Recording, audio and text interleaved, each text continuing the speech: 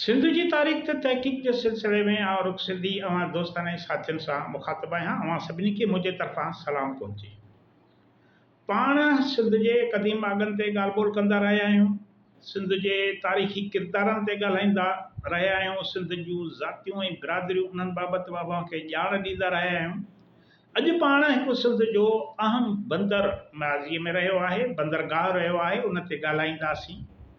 उहो कहिड़ो बंदरु आहे? इन खां अॻु दोस्तनि खे गुज़ारिश कयां थो त जिन मुंहिंजे चैनल खे सब्सक्राइब न कयो आहे उहे सब्सक्राइब कनि, दोस्तनि सां शेयर कनि, जीअं पंहिंजी हीअ ॻाल्हि ॿोल वधि खां वधि साथियुनि ताईं पहुची सघे। हाणे पाण अॼु ॻाल्हाईंदासीं समुंड किनारे, सिंध जे समुंड किनारे क़दीम बंदरगाह औरंगा बंदरगाह आहे, जेको 1586 खां अॻु जो आहे। अञा ही तहक़ीक़ तलब आहे त ही कॾहिं जो आहे। ॿुधायो वञे थो त हिन औरंगा बंदर जा जेके फिटल निशान आहिनि, वाक़ियात आहे, उहा तहक़ीक़ तलब आहे। हिन बंदर जा निशान जेके आहिनि से तस्करा अमीर खान हिकिड़ो किताबु आहे तारीख़ जो, उन में बि हिन बंदर जो ज़िक्र आहे। इहो किताबु तस्करे अमीर खानी 1650 ईस्वी किताबु आहे।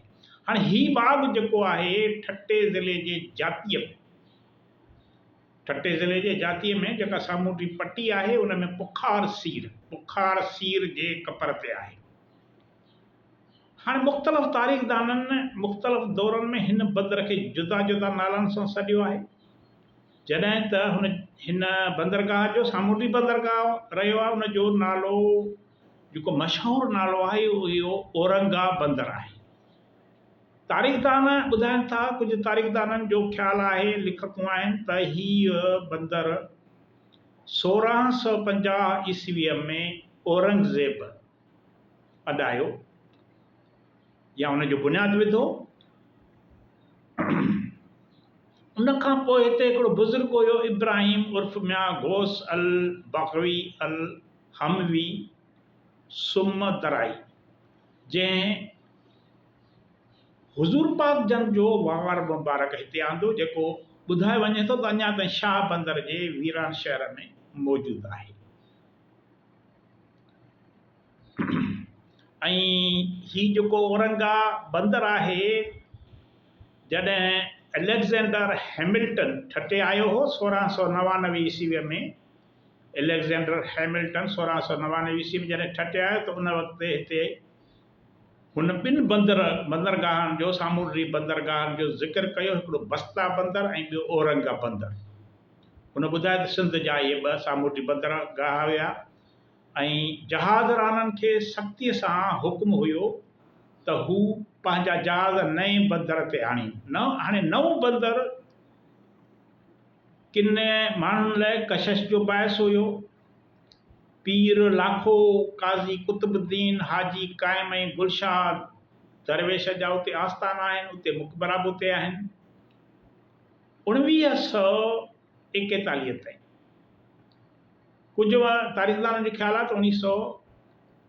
1951 ताईं हिन जेके शहर जा औरंगा बंदर जा जेके खंडर कुझु चङी हालत में हुया, क़दीम आसार। उन खां पोइ समुंड जे वधण सबबु ऐं ज़मीन जे कलराठे थियण सबबु, कलर वधण सबबु ही बंदर जेको सो उन जा आसार ख़तमु थींदा विया। हाणे गुलाम शाह कलोड़े जे ॿुधाइनि था त ज़माने ताईं ही बंदर आबाद हुयो। शाहगढ़ ऐं शाह बंदर जेके ही आबाद कया विया 1757 में, उन वक़्तु औरंगा बंदर जे माण्हुनि खे लॾाए अची उते विहारियो वियो। हाणे ही कमु गुलाम शाह कलोड़े जे हुक्मरानी दौरान थियो। छो कयो वियो? छो नवां बंदर शाहगढ़ ऐं शाह बंदर आबाद कया विया ऐं औरंगा बंदर खे फिटाए वियो, उन जी ओज खे नाश कयो वियो? इहो अलॻि किस्सो आहे, पाण कॾहिं हिन ते बि ॻाल्हाईंदासीं।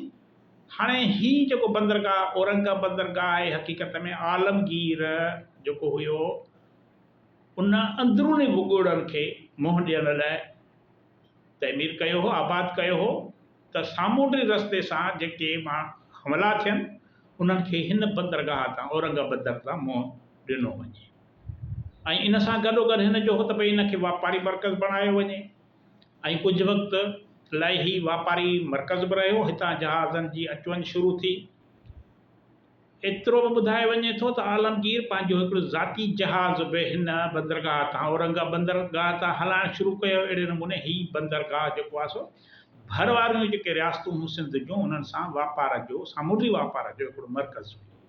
माना इंतिहाई हिकिड़ो वॾो जेको आहे सो इक़्तिसादी ऐं मुआशी तौर ते हिकिड़ो मर्कज़ हुयो, जेको आलमगीर बादशाह अॾायो। उन खां पोइ काफ़ी वक़्त ताईं ही बंदरगाह जेको आहे सो सिंध जे समुंड रस्ते वापार जो मर्कज़ रहियो। हाणे हिन बंदरगाह जा जेके आसार तक़रीबन नापीद थींदा पिया वञनि, फिटंदा पिया वञनि, ख़तमु थींदा पिया वञनि। इन खां अॻु जो समुंड जो खारो पाणी हिन खे तबाह करे छॾे, सिम ऐं कलर हिन जे आसारनि खे तबाह करे छॾे। हिन बंदरगाह ते क़दीम आसारनि जे खाते खे उन्हनि जे माहिरनि खे कमु करणु घुरिजे, जीअं हिन तां वधीक के सबूत ऐं शाइद मिली सघनि। तव्हांजी वॾी वॾी महिरबानी। ईंदड़ वीडियो ताईं इजाज़त ॾियो।